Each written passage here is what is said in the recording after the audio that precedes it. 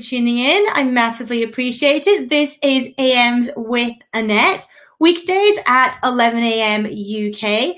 Thank you for tuning in and joining me. I am covering all things UK business. So whether that is in relation to the economy, Brexit, the banks, the government, support available, all those things I am covering today. UK business update for you all. Eloisa, thank you so much for tuning in. Jamie, thank you for joining me. SN Dane 560, thank you for tuning in. I apologies if I've misread or mispronounced your username there. But thank you everyone who is tuning in. Thank you everyone who is joining me today. So this is your AMs with Annette, weekdays at 11 a.m. And I have a number of things to cover today. I want to just make sure that I have all the chats open so that I can see any questions that you have. And as we go along today, please do ask me any questions that you may have in the comments. I'm happy to answer those. Anything around UK business we're covering today. Good morning, Dave. Thank you for tuning in. I appreciate it very much. Thank you for joining me as everyone is hopping on. So first off, I want to cover some of the stats that we have around the support that is currently being given by the UK government to individuals and UK business. So we now have 8.9 million people furloughed in the UK at a cost of £19.6 billion. We have 2.6 million self-employed grants having been paid out at a cost of £7.5 billion. There are 782,246 bounce back loans approved worth 23.8 billion. And there are 47,650 CBILS loans approved worth 9.6 billion.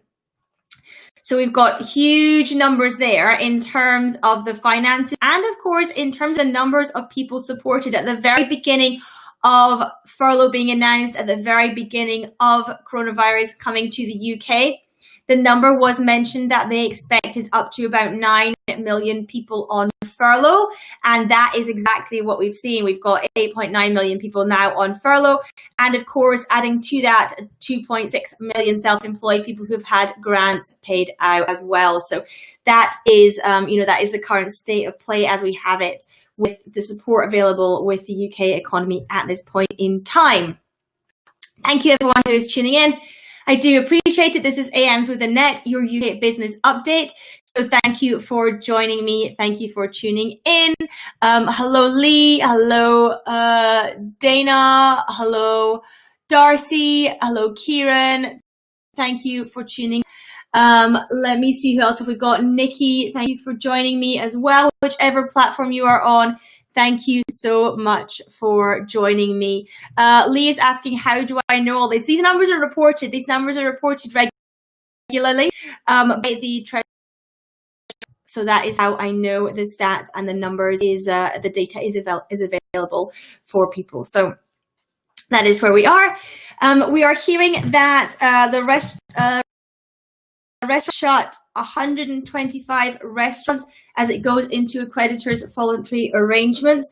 That is largely affecting the Frankie and Benny's chain. So of course, coming with that will be redundancies for those staff as well. Saying that it's not going to affect Wagamama's, which is considerably outperforming. But as I say, it is going to shut 125 of its restaurants. So increasing numbers, unfortunately, to the unemployed there for those members of staff. We've been hearing for a few weeks now that the restaurant group has very much been struggling, as have been a number of restaurant and hospitality businesses. I spoke about that as well yesterday. Very many are struggling. A number are already entered into creditor voluntary arrangements in an attempt to reshuffle and come out of liquidation at some point, come out of administration. So that sector is being hit incredibly hard. Of course, they already had slim margins. Some were already having cash issues before this. And then as we go into a place where many have shut down completely, then there is a big problem as well.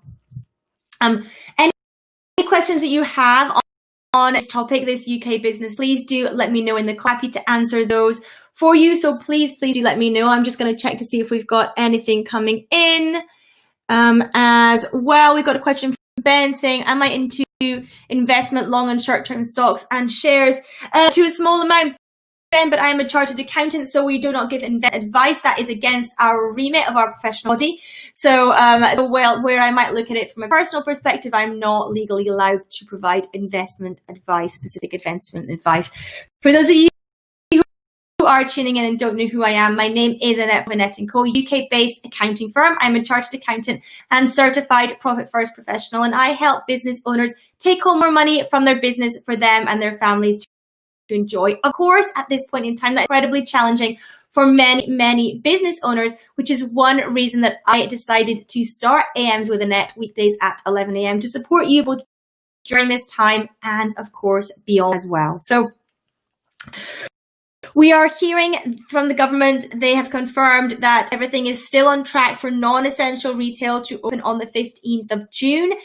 Of course, we are hearing from many people in retail saying that opening is going to be incredibly challenging for them, that they are expecting particularly distancing measures in place, the number of people they may be able to have in their premises at any one point in time, along with, of course, increased costs for things like PPE and also potentially obsolete stock now, which they're having to replenish as well, putting a big cash toll on the retail businesses which have not been able to trade for many months now. We also heard Primark came out yesterday and said, do not expect us to be slashing our prices on our current stock. That is not the plan that we have. So many shoppers hoping that they would suddenly get bargains as the retail shops reopen might not manage to do so, because of course the retail shops need to recoup some of these costs as well. So slashing their margins is not going to necessarily be in their plan either.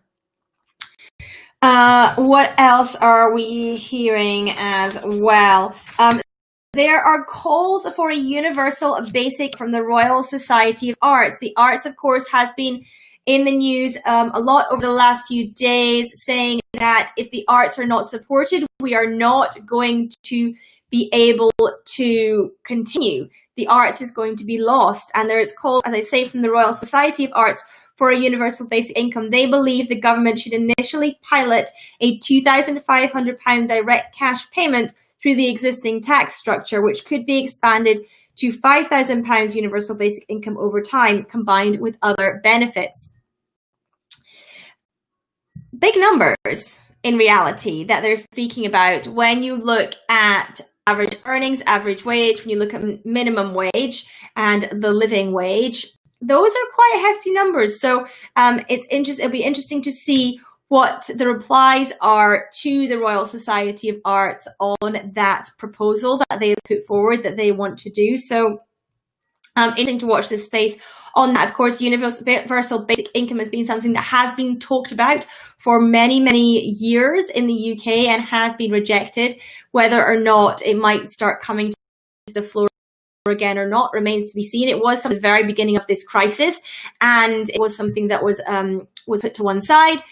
Again, people are calling for a universal basic income, so it will be interesting to watch that one as well. Thank you everyone who's tuning in. Thank you for joining me. Thank you. And it's lovely to see you once again.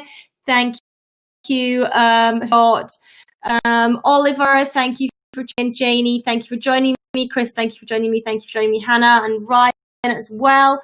Oliver saying, what's the best way to have in case savings? Oliver, I'm not able to give investment advice. As chartered accountants, we are not allowed to give investment advice. That is against the remit of our professional body.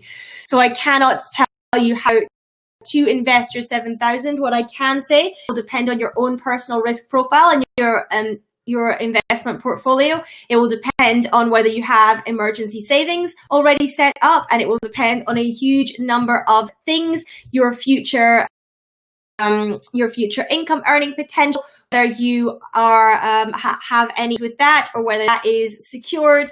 All those kinds of things will determine how you might want to invest money along with access to it in the future as well. So that is what I have to say on that, but as I say, I'm able to give specific investment advice. Those are just general things you need to be thinking about with your money. Jamie is saying, I know you can investment advice. Do you cover for this too? Yeah, absolutely, Jamie. So when we're looking at things like investments that might be tax efficient and those kinds of things, yeah, absolutely, we do look at that type of thing for clients. Jamie, thank you for asking that. Good morning, Charlotte. Thank you. What else are we hearing? The Chancellor is being urged to treat the coronavirus borrowing as war debt. Rishi Sunak is being asked by time to pay off this debt, and by that meaning decades. The budget will be pushed to the widest since World War II, and there are calls to say that there should not be a rush to cut spending to pay debt, as it will choke economic recovery. So we've heard about this before, this balance between the repayment of the debt and the economic recovery, and it is a set of scales that is ready to tip in the other. And as I say, calls are being made to treat this as a war debt. Of course, that war debt typically take decades upon decades to repay, and the Chancellor is being urged to think of the debt that has been incurred as a result of coronavirus as if it is something similar to that, rather than rushing to increase taxes as well. I also want to cover off a couple of points in relation to the Brexit situation and what that means for the economy as well. I'm going to take a drink of my tea as well whilst I do that. Thank you so much for tuning in. I do appreciate very much. Thank you, Prez. Thank you, Nico. Thank you, Luca. Thank you, David. Thank you, Matthew. Thank you, everyone who's tuning in. I do very much always appreciate the likes, the loves, the hearts, the thumbs ups, the shares, all those kinds of things in whichever platform you are on. I do very much appreciate it. Thank you so much. It helps me and more people to find my podcasts. So I do very much appreciate that. Thank you so much for tuning in. Of course, at the moment, we are live on TikTok, Instagram, YouTube, Periscope, Twitter, Facebook, and of course within the Uncover Wealth community, my private community on Facebook as well. If you are a business owner, I invite you to come and join me in the Uncover Wealth community. As I say, that is my private community on Facebook. You can just Uncover Wealth community in the search bar on Facebook, or on some platforms, the link will be in my bio. So if you're on TikTok or Instagram, the link is in my bio. If you're on YouTube, typically the link is in the video description as well. So please do come over to Facebook if you are not watching there already, and search Uncover Wealth Community, select join, and come in and join us in there. I have exclusive content in there that I do not share anywhere else as well. So I would love to see you in there and support you further as well in there. So we have Nico is asking if I speak French. Un petit peu, Nico. Not very well and not very much is the answer to that one. So, no deal Brexit. We are hearing that if we do go into a no deal situation, this will cause an unemployment of around 3 million. And of course, that is on top of the unemployment that we are expecting as a result of coronavirus. We are expecting, reports say, between 5 and 6 million unemployed as a result of that. If that is pushed up further by Brexit, a no deal Brexit, that is also going to cause massive issues. We are also hearing that a no-deal Brexit would cause a permanent shrink in the economy by at least 2% in the UK too. Caroline Fairbairn, Director General of the Confederation of British Industry, said for many firms fighting to keep their heads above water through this crisis, the idea of preparing for a chaotic change in EU trading relations in 7 months is beyond them. We've heard that from a number of sources in various guises, but we can see absolutely why that's going to be a massive problem for any businesses that deal with the EU. And actually, even if you don't deal directly with the EU, there are going to be knock-on effect for you as an individual and as a business as well of a no-deal Brexit. As I said, not only the increase in unemployment, the shrink in the economy, But I've spoken before as well about the things like increase in the cost of goods as well. For example, in the grocery retail sector, we can expect orange juice to increase by about 30%, chocolate to increase by about 8%. So we expect that as well, not just when it comes to the food side of things, but also when it comes to other goods that are imported because of tariffs, because of increase in tariffs. We are expecting that. Therefore, the cost of goods will be higher. We also expect that potentially if you're buying stuff even from non-EU countries, we're not sure how the pound will then perform with a no-deal Brexit as well. And so the cost of goods could increase for you with those types of things as well. We're also hearing that in manufacturing, the car manufacturers in the UK are saying they couldn't continue as tariffs would mean they were not competitive. So again, feeding into this unemployment number with people in the manufacturing industry, and agriculture are saying that there will be an oversupply of UK meat, forcing down prices, as well as increased costs of additional health certificates, etc., that would be required. Services, which make up 80% of the UK economy, there's a problem there because professions would be meaningless in the EU should we get a no-deal Brexit. That is going to restrict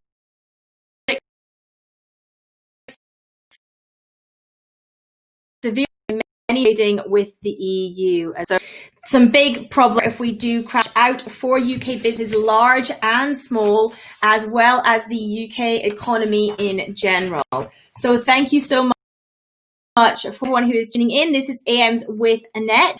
This is your UK Biz update today. It is 11 a.m. weekdays. I am on whichever platform you are on, sharing AMs with Annette. So thank you for tuning in and joining me. If you have any questions on UK business, please ask those in the comments. I'm happy to answer those. MeTap53 on Periscope. Hello. Thank you for tuning in and joining me. Thank you for saying hello in the comments there as well. Let's see what other questions we have. Oliver's saying cuts don't work. Yeah, cuts are a big problem when it comes to boosting the economy as well. Okay. What's going on here? There we go. I think I've covered everything, every questions and comments that we have around UK business. So, as I say, I am back weekdays at M. So please do mark it in your diaries. Please do come and for your UK business update on whichever channel that you happen to be on. If you want to catch the replay, if you're just hopping on now and you've missed most of the beginning, most channels you can watch the replay, all I think except TikTok. But if you are on TikTok, you can head over to either my Instagram or my YouTube. Both links are in my bio, and you'll be able to catch the replay there. So if you are on TikTok, both on Instagram, on IGTV, and on YouTube as well. So Max is saying, what's the situation with Sports Direct? I actually don't know, Max. I'm not sure what the current situation with Sports Direct is. Of course, they came under a lot of pressure and a lot of criticism at the very beginning of this for trying to keep stores open when they were supposed to be closed. But I actually do not know what the update on that is. I haven't seen anything specific in relation to Sports Direct over the last few days. So I will take a look for you, Max, and I will let you know if there is anything that has come out specifically in relation to them and what they are doing as well. So thank you everyone for tuning in. Thank you once again for joining me. I will be back, as I said, tomorrow again at 11 a.m. And until then, have a great day, and I'll speak to you soon.